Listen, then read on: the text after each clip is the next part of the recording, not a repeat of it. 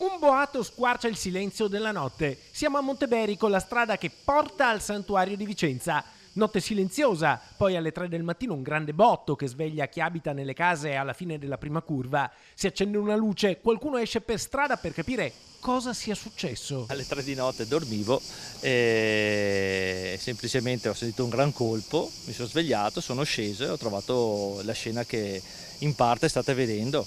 Cioè, il fatto che ci fossero 3 macchine danneggiate lungo la strada e un quarto veicolo, anch'esso in condizioni pietose, che dopo aver colpito i veicoli in sosta si è fermato a ridosso di una mura di recinzione di un'abitazione.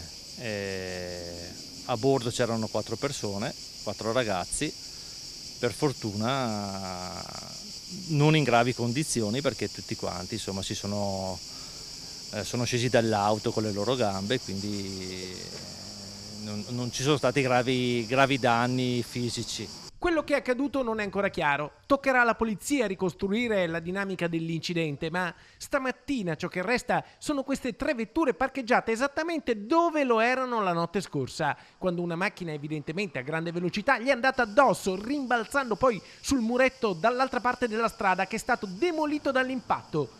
Questa volta fortunatamente non ci sono stati feriti, ma i residenti sostengono che su questa strada di notte si corre troppo. E su questa strada spesso e volentieri, soprattutto d'estate, la velocità tenuta da motoveicoli e autoveicoli è eccessiva ed è fonte di pericolo. Dai rumori sembra che si svolgano delle gare, perché si riesce a percepire che partono proprio dalla base e il rumore va verso su fino a Piazzale della Vittoria e sicuramente anche oltre.